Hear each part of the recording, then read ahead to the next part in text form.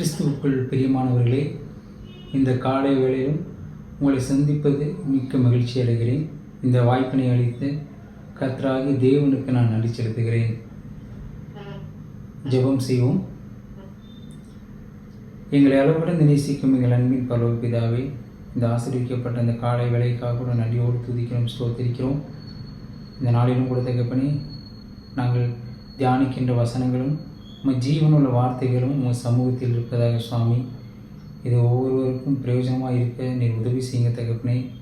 ஏசப்பா, நான் அல்ல தகப்பனே, நீர் வெளிப்பட முடியாது கூட, உமது ஜீவனுள்ள வார்த்தைகள் வெளிப்பட முடியாது கூட உமது பாதம் தொட்டு நாங்கள் வேண்டிக் கொள்கிறேன். நன்றி செலுத்துகிறேன் சுவாமி. நீர் எங்களுக்கு உதவி செய்தவர்களும் இதை கேட்கின்ற ஒவ்வொருவருக்கும் பிரயோஜனமாக இருக்க நீர் உதவி செய்யுங்க தகப்பனே. இயேசு கிறிஸ்துவின் விடையேற பெற்ற நாமத்தை ஜெபிக்கிறோம் எங்கள் அன்பின் பரலோக பிதாவே, ஆமேன். இந்த நாளில் பார்த்தீங்கன்னா தேவனுடைய அன்பு, இந்த அன்பு இல்லாதனால தான் இன்றைக்கி அநேக குடும்பங்களில் பிரச்சனைகள், இரு நாட்டு உறவில் பிரச்சனைகள், வேலை தளத்தை கூட பிரச்சனைகள், இப்படி அநேக பிரச்சனைகள் அன்பு இல்லாதனால தான். ஒருத்தர் விட்டு கொடுக்காம வாழ்கிறது, இந்த மாதிரி அன்பு இல்லாதனால தான் அநேக பிரச்சனைகளை நாம் சந்தித்து கொண்டு இருக்கிறோம். இதன் மூலமாக பிரச்சனைகள் வரும்பொழுது அநேக உறவுகளை நாம் இழக்கிறோம். குடும்பங்களை, உறவுகளை, இப்படி அநேக பிரிவினைகள் உண்டாவது இந்த அன்பு இல்லாதனால தான். தேவன் நமக்கு எவ்வளோ பெரிய அன்புள்ள தேவனாக இருக்கிறார், எப்பேற்பட்ட அன்பை வெளிப்படுத்துகிறார் என்று எல்லாரும் நமக்கு தெரியும், எல்லாத்துக்கும் தெரியும். ஏன்னா தேவன் யோவான் 3:16 சொல்லி தேவனுடைய வார்த்தை சொல்லுகிறது, தேவன் தம்முடைய ஒரே பேரான குமாரனை விசுவாசிக்கிறவன் எவனோ அவன் கெட்டுப்போகாமல் நித்திய ஜீவனை அடையும்படிக்கு அவரை தந்தருளி இவ்வளவாய் உலகத்தில் அன்பு கூர்ந்தார். தேவனுடைய அன்பு அளவற்றது, நம் அளவிடப்பட முடியாதது. ஏன்னா தேவன் நம்மேல் வைத்த அன்பு மிகப்பெரிய அன்பு. ஏன்னா தம்முடைய சொந்த இரத்தத்தை சிந்தி நம்மை மீட்டு கொண்டு இருக்கிறார். அதை விட என் மேலான காரியம் என்று ஒன்றுமில்லை. ஏன்னு கேட்டிங்கன்னா, அவர் சொல்லலை, அதை சொல்லிட்டு மட்டும் போகலை, அவர் அதே மாதிரி வாழ்ந்து காமிச்சிருக்காரு. ஒவ்வொருத்தரும் அன்பாக இருக்க வேண்டும் என்று. அதன்படி நம்ம வாழ்கிறோமா? ஏன்னா சற்று தியானிப்போம். ஏன்னா இன்றைக்கி இந்த லெந்து காலங்களில் கூட நம் இன்னும் மாறாமல் இன்னும் அந்த பழைய வாழ்க்கையை வாழ்வோம் என்றால் அது இந்த லெந்து காலங்களில் அது நம்மளை பிரயோஜனப்படுத்தாது. ஏன்னு கேட்டிங்கன்னா, நம்ம புதிய வாழ்க்கைக்குள்ளே நம்ம வருஷம் இதே மாதிரி லெந்து டேஸ்க்கு நம்ம கடைப்பிடிக்கிறோம். அதில் நம்ம மாறி இருக்கோமா, நம்முடைய பழக்க வழக்கங்கள், நம்ம கோபப்படுறது, நம்ம தவறு பண்ணுறது, இந்த மாதிரி மாறி இருக்கோமா, ஏதோ ஒரு காரியமாக விட்டுருக்கோமா என்று கேட்டால் அது அநேக இடத்துல இல்லை என்று தான் மறுபடியும் நம்ம அந்த பாவப்பட்ட வாழ்க்கைக்கு தான் நமக்கு செல்கிறோம். ஏன்னா இந்த பொல்லாத கடைசி காலத்தில் நம்மளைய இந்த கெட்ட வழிகளில் சாத்தான் நம்மளை தள்ளுறதுக்கு அநேக வழிகளை செய்து கொண்டிருக்கிறான்.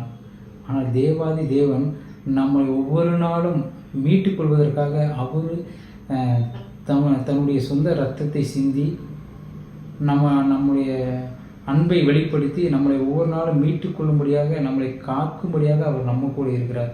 நம்ம எந்த பாதையில் நம்ம போகிறோம், கெட்ட பாதையில் போகிறோமா, நல்ல பாதையில் போகிறோமா, நம்ம சற்று தியானிப்போம். ஏன்னா நம்மளை நாமே நம்ம சரிப்படுத்தி கொள்வோம். ஏன்னா தேவனுடைய வார்த்தை சொல்லுகிறது, அநேக பிரச்சனைகளுக்கு நம்மளுடைய சீர்கேடான காரியங்கள் தான் நமக்கு நம்ம கெட்டு போகிற காரணமே. ஏன்னா தேவன் நல்வழி நம்மளை சொல்லியிருக்காரு, நல்வழியில் போகலாம், நல்வழி படுத்திருக்க அநேக காரியங்கள் சொல்லப்பட்டிருக்குது. ஆனால் நம்ம எந்த பாதையில் போகிறோம்? ஏன்னு கேட்டிங்கன்னா, தேவனுடைய அன்பு அளவிடாதது. அவருடைய அன்பு நம்ம நினச்சி பாருங்கள், நம்மளோட குழந்தைகளில் நம்ம அடித்து வளர்க்கும் பொழுது, அவங்க அழுகும் பொழுது நம்ம எவ்வளோ வேதனைப்படுறோம். ஆனால் சில விஷயங்கள் நம்ம தண்டிக்கும் பொழுது அது நல்ல காரியத்துக்காக தான் இருந்தாலும் நம்ம குழந்தைகள் அழுகும் பொழுது நமக்கு எவ்வளோ வேதனையாக இருக்கிறது. அதே மாதிரி நம்ம தவறு செய்யும் பொழுது கூட தேவன் எவ்வளோ வருத்தப்படுவார், எவ்வளோ கவலைப்படுவார். நான் இப்படி கஷ்டப்பட்டு தன் சொந்த ரத்தத்தை சிந்தி இப்படி அவனை மீட்டு கொண்டேனே, அவளை மீட்டு கொண்டேனே, ஆனால் இவங்க இப்படி வேறு பாதையில் கெட்ட வழியில் போகிறாங்களேன்ற தேவன் எப்படி வேதனைப்படுவார். நம்ம அவரை பிரியப்படுத்தும்படியாக நடந்து கொள்கிறோமா? நம்ம சற்று யோசிப்போம். ஏன்னா இன்னைக்கு ஞாயிற்றுக்கிழமை அநேகர் வேலைக்கு, கிறிஸ்தவர்கள் வேலைக்கு போகிறாங்க. ஏன்னா வேலைக்கு வர சொல்கிறாங்க. இன்னொன்று ஞாயிற்றுக்கிழமை போனால் ஒரு நாள் எக்ஸ்ட்ரா சம்பளம் கிடைக்கும் அப்படின்னு போகிறாங்க. ஆனால் தேவன் நம்மளை எதிர்பார்த்துட்டு இருப்பார்லங்க. நம்ம ஒரு வீட்டில் ஒரு விசேஷத்துக்கு போகும்பொழுது, ஒரு கல்யாணத்துக்கு போகும்பொழுது நம்ம உறவுக்காரங்க எதிர்பார்த்துட்டு இருப்பாங்க, நம்ம போகணும் அப்படின்னு நம்ம எவ்வளோ ஆர்வமாக இருக்கோம். அதே போன்று ஞாயிற்றுக்கிழமையான சர்ச்சுக்கு தேவன் நம்மளை இப்போ ஒவ்வொரு நாளும் பாதுகாத்து கொள்கிற தேவன் அவரை தொழுது கொள்ள வேண்டும், அவரை போய் பார்க்கணும், அவரை தொழுது கொள்ளணும், நேசிக்கணும் அப்படின்னு நமக்கு அநேக இடத்துல எண்ணங்கள் இருக்கிறதா? ஒரு நாள் சம்பளம் எக்ஸ்ட்ரா கொடுக்குறாங்க அப்படின்னு சொல்லிட்டு நம்ம அப்படி போகிறோமே, அந்த காசு அப்படி எக்ஸ்ட்ரா சம்பாதிக்கிற காசு அது பிரயோஜனப்படுதான்னு கேட்டால் அதுவும் அநேக இடத்துல கேள்விக்குறி தான். ஏன்னா தேவையில்லாத மருத்துவ செலவுக்கு, தேவையில்லாத காரியங்களுக்கு தான் அந்த பணம் செலவாகுது. நம்ம முடிந்த அளவுக்கு ஞாயிற்றுக்கிழமை நம்ம வேலைக்கு போகாமல் தேவனை தேடுவோம். ஏன்னா தேவன் நம்ம மேலே அவ்வளோ அன்பு வைத்திருக்காருங்க. அந்த அன்பு நம்ம ருசித்து பார்த்தா தான் தெரியும். சங்கீதத்தில் சொல்கிறாங்க, தேவன் கர்த்தர் நல்லவர் என்பதை ருசித்து பாருங்கள்னு. நம்ம ருசித்து பார்த்தா தாங்க அவ்வளோ அன்பு தெரியும். ஏன்னா இன்னைக்கு அநேகர் அந்த தேவ அன்பை ருசி பார்க்காதனால தான் நம்ம வேறு வழியில் போகிறோம். ஏன்னா இன்னைக்கு நம்மளை கெட்ட வழியில் தள்ளுறதுக்கு 1000 காரியங்கள் நம்மளை சுற்றி நடக்கிறது. அதனால நம்ம அடிக்கடி விழுந்து போகிற சூழ்நிலை கூட இருக்கிறது. ஆனால் நம்ம அந்த மாதிரி விழுந்து போகாமல் மறுபடியும் எழும்பி பிரகாசிக்கிற பிள்ளைகளாக நம்ம வாழணும். அதுதான் நம்மளுடைய கர்த்தர் வரிக்கு நம்ம செய்யும் பொழுது நம்மளை அவர் 2ஆம் வருகையில் நம்ம கூப்பிடும் பொழுது நமக்கு அப்போ தானே சந்தோஷமாக இருக்கும். ஏன்னா இந்த பூமியில் வாழ்கிற வாழ்க்கையை விட அங்கே நமக்காக தேவன் ஏற்படுத்திக்கிற வாழ்வு எவ்வளோ பெரிய வாழ்வு. அதை நம்ம நிதானித்து வாழணும். ஏன்னா இந்த பொல்லாத உலகத்திலே நம்ம வாழ்ந்து கொண்டிருக்கிறோம். கடைசி காலத்தில் நிலநடுக்கங்கள், அங்கங்கே போர் நடந்துட்டுருக்குது. உலகம் என்றைக்கு அழியும் என்று, 3ஆம் உலகப் போர் என்றைக்கு வருது என்று, அந்த மாதிரி காலங்கள் போகும் பொழுது நம்ம தேவனை அண்டிக் கொண்டு நம்ம நல்வழிப்படுத்தும்படியே நம்ம பார்க்க வேண்டும் அல்லவா? ஏன்னா தேவனோட எப்பொழுதும் நம்ம சந்தோஷமாக இருக்கணும். தேவனுக்குள் சந்தோஷமாக இருக்கணும்னா நம்மளுடைய தேவனுடைய வசனத்தை கை கொண்டு தினமும் ஒரு அதிகாரம், ஒரு 5 வசனம் தாராளம் படிக்கலாங்க. படித்தோம்னா தான் தேவன் நம்மளை உயர்த்துகிறவராக இருக்கார். இந்த நம்ம ஜீவனுள்ள வார்த்தைகளை நம்ம வாசிக்கும் பொழுது, நம்ம ஜெபம் பண்ணும் பொழுது அவர் நம்மளை உயர்த்துகிற தேவனாக இருக்கிறார். என்னையெல்லாம் இந்த வேதம் தாங்க என்னை உயர்த்தி இருக்குது. நான் அதான் சாட்சியாக சொல்ல முடியும். நானும் இடறி விழக்கூடிய அநேக சூழ்நிலைகள் இருந்த போதிலும் தேவன் என்னை அழைத்திருக்கிறார்.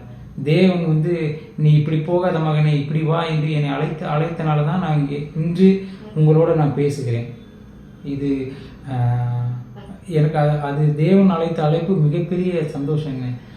அதே போன்று தான் இந்த லெந்து நாள். அதனால தான் ஒவ்வொருவரும் ஒவ்வொரு நாளைக்கு மெசேஜ் கொடுக்கணும் அப்படின்னு நம்ம சர்ச்சில் இருந்து நம்ம சொல்லியிருக்கோம். ஏன்னா தயவுசெய்து நம்முடைய ஜீவனுள்ள வார்த்தைக்கு நேராக நம்ம கடந்து போகும் பொழுது தான் நம்ம நல்ல பரலோக ராஜ்யத்தில் நம்ம போக முடியும். தேவன் பார்த்தீங்கன்னா நாம் 2 தீமோத்தேயு 2:13 நாம் உண்மை இல்லாதவர்களாக இருந்தாலும் அவர் உண்மை உள்ளவராக இருக்கிறார். ஏன்னா நம்ம பாவமுள்ள வாழ்க்கை வாழ்கிறோம், அடிக்கடி இடறி விழுந்து போகிறோம், கர்த்தருக்கு தெரியும். ஆனாலும் கர்த்தர் உண்மையுள்ள தேவனாக இருக்கிறார். அவர் நம்ம கையை பிடிச்சி வா மகனே, வா மகளே என்று நம்மளை ஒவ்வொரு நாளும் ஒவ்வொரு நேரமும் நம்மளை கூப்பிடுகிற தேவனாக இருக்கிறார். நாம் எந்திரிச்சு அவர் கையை பிடிச்சி நடக்க தயாரா? ஏன்னா இன்னைக்கு நம்ம இடறி விழுந்துட்டோம்னா நம்ம அப்படியே பின்வாங்கி போயிடும். அப்படி இல்லாமல் தேவன் நம்மளைய கையை பிடிச்சி கூட்டிகிட்டு போகும்பொழுது நம்ம தேவனுடைய கையை பிடிச்சி நடக்க பழகி கொள்ள வேண்டும். அப்படி நடக்கும் பொழுது தான் இந்த பொல்லாத உலகத்திலிருந்து நாம் தப்பித்து கொள்ள முடியும். தேவன் நம்மளுக்கு அநேக இடத்துல எத்தனை விபத்துகள் நடக்குது, பொல்லாத வியாதிகள், பலவீனங்கள் எவ்வளோ வருது, நம்ம எவ்வளோ கேள்விப்படுறோம். ஆனாலும் தேவாதி தேவன் நம்மளை ஒவ்வொரு நாளும் காத்து வராருலங்க. அதுக்கு நம்ம நன்றியோடு நடந்து கொள்ள வேண்டும் அல்லவா? ஏன்னா இன்னைக்கு ஒரு சின்ன உதவி இந்த உலகத்தில் நம்ம ஒரு லட்சம் ரூபா பணம் தேவைப்படுது அப்படின்னா 1 லட்சம் ரூபாய் உதவி செய்கிறவங்க மேலே நம்ம எவ்வளவு நன்றி கடனாக இருக்கும். அப்போ நம்ம ஒவ்வொரு நாளும் நம்ம பாதுகாத்து கொள்கிற தேவனிடத்தில் நம்ம எவ்வளோ நன்றியோடு இருக்கணும். நம்ம எவ்வளோ அதிக மகிழ்ச்சியோடு அவர்கிட்ட இருக்கணும். இன்றைக்கி அந்த மாதிரி நம்ம நடந்து கொள்றதில்லை. ஏன்னா நம்ம பின்னோக்கி போகிறோம், இடறி பாவத்தில் விழுந்து போகிறோம், அப்படி நம்ம பின்வாங்கி போயிடுறோம். ஆனால் தேவன் அப்படி நினைக்கிறது இல்லை. நீ வா, நான் உன் கூட இருக்கிறேன், நீ இந்த பாவம் இது ஒன்றுமே இல்லை, வா உன்னை நான் சரிப்படுத்திக்கிறேன்னு சொல்லி நம்மளை சீர்படுத்துகிற தேவனாக இருக்கிறார். நம்ம இந்த லெந்து நாட்கள் முடிய போகிறது. இன்னும் நாம் பல காரியங்களில் நம்ம இந்த மாதிரி தடைப்பட்டு பாவப்பட்ட வாழ்க்கையில் இருந்தாலும் தேவாதி தேவன் இதை மாற்றி கூட அவர் வல்லமையுள்ள தேவனாக இருக்கிறார். இன்றைக்கு இப்பொழுதே அது தேவன் செய்ய வல்லவராக இருக்கிறார். நாம் அதற்கு தயாராக இருக்கிறோமா? நம்ம சற்று தியானிப்போம். நம்ம அதை பற்றி யோசிச்சுட்டு நம்ம தேவனத்தில் சேரக்கடுவோம். ஏன்னா அப்படி சேர்ந்தால் தான் நம்மளாகட்டும், நம்ம குடும்பமாகட்டும், நம்ம பிள்ளைகளாகட்டும் எல்லாரும் நம்மளுடைய தேவனுடைய ராஜ்யத்துக்கு பிரவேசிக்க வேண்டும். ஏன்னா இன்றைக்கி சூழ்நிலைகள் அந்த மாதிரி தான் இருக்குது. நம்மளுடைய அநேக இடங்களில் கீழே தள்ளுறதுக்கு நம்ம நல்லா இருந்தாலும் நம்மளை சுற்றி இருக்கிற பொல்லாத மனிதர்கள் நம்மளை கீழே தள்ளுறதுக்கு பார்த்துட்டு இருக்காங்க. இவன் எப்போ விழுந்து போவானோ என்று பார்க்குறக்கு ஆட்கள் இருக்குது.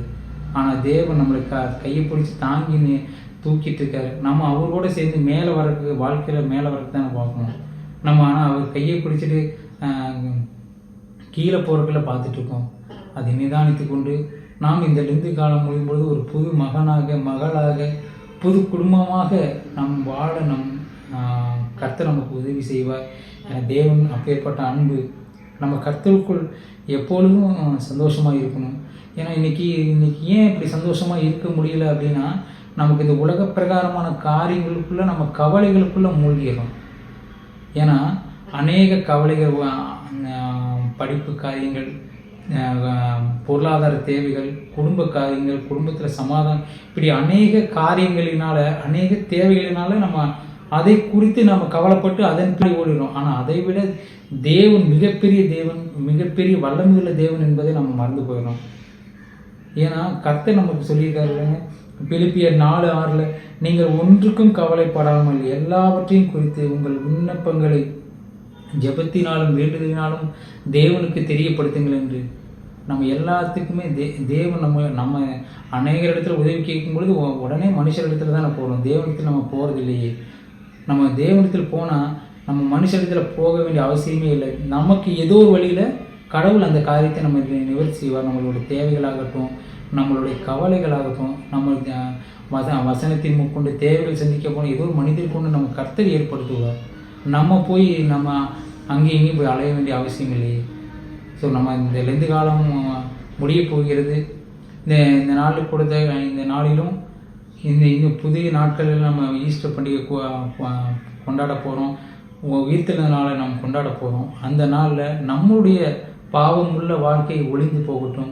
புது சிருஷ்டியாக நம்மளும் உயிர்த்தெழுத கர்த்தர் நமக்கு உதவி செய்வார். அவர் வா மகனே, வா மகளே என்று அவர் கூப்பிட ரெடியாக இருக்கார். நம்ம அவரோட கையை பிடிச்சி நம்ம நடக்க நாம் ஆயத்தப்படுவோம். இந்த ஜீவனுள்ள வார்த்தைகளை கர்த்தர் ஆசீர்வதிப்பாராக. ஜெபம் செய்வோம். எங்களை அளவுகளுக்கு நேசிக்கும் எங்கள் அன்பின் பரலோக பிதாவே, ஆசீர்வதிக்கப்பட்ட இந்த காலை வேளையிலும் கொடுத்த பணி, இந்த நாளிலும் அது கிருபையும் அன்பும் தெய்வீக சமாதானங்களை வழிநடத்துவதற்காக நன்றி செலுத்துகிறோம். உங்களுடைய தெய்வீக கிருபை, தயவு, அன்பு, பாதுகாப்பு எங்கள் ஒவ்வொருவரையும் ஆளுகை செய்யட்டும் சுவாமி. எங்களுடைய தப்பிதங்களை, எங்களுடைய தவறுகளை நீ தயவாக மன்னிங்க தகப்பனே. நாங்கள் எங்களுடைய வாழ்விலே தெரிந்தும் தெரியாமல் செய்த தவறுகளை நீ தயவாக மன்னித்து எங்களையும் சுவாமி ஏசப்பா உமது கையை பிடித்து நடக்கக்கூடிய சாக்கியத்தை எங்களுக்கு தாருங்க தகப்பனே. ஏசப்பா நாங்கள் அந்த மாதிரி நடக்க எங்களை தகுதிப்படுத்துங்க. எங்களை ரட்சிப்புக்குள்ளான பாதையில் நடத்துங்க சுவாமி. ஏசப்பா நாங்கள் அநேகருக்கு பிரயோஜனமாகவும், ஏசப்பா நாங்கள் மற்றவர்களுக்கு ஆசீர்வாதமான பிள்ளைகளுமாக இருக்க எங்களுக்கு உதவி செய்யுங்க தகப்பனே. ஏசப்பா எங்களோட நடக்கையில், எங்களுடைய வாழ்வில் ஏசப்பா உண்மையை நாங்கள் பிரதிபலிக்க எங்களுக்கு உதவி செய்யும் சுவாமி. ஏசப்பா நீர் பேசும் நாங்கள் கேட்கிறோம் சுவாமி. நீர் எங்களுக்கு உதவி செய்யுங்க தகப்பனே. எங்களுடைய தவறுகளை நீ மீண்டுமாக தயவாக நீ மன்னித்து நீர் எங்களுக்கு உதவி செய்யுங்க தகப்பனே. எப்பேற்பட்ட பாவமாக இருந்தாலும் தேவாதி தேவன் நீர் மன்னிக்க வல்லவராக இருக்கீங்க தகப்பனே. நீர் மன்னிப்பு எங்களை ரட்சிப்புக்குள்ளாக நடத்துவீர் சுவாமி. அதற்காக உமது பாதம் தொட்டு நாங்கள் நன்றி செலுத்துவோம். நீர் பொறுப்படுத்திக் கொள்ளும், வழி நடத்தும், ஆசீர்வதியும் சுவாமி. இரட்சகரும் மீட்பரும் இயேசு கிறிஸ்துவின் இன்ப நாமத்தில் வேண்டிக் கொள்கிறோம் எங்கள் அன்பின் பரலோக பிதாவே. ஆமென். ஸ்தோத்திரம்.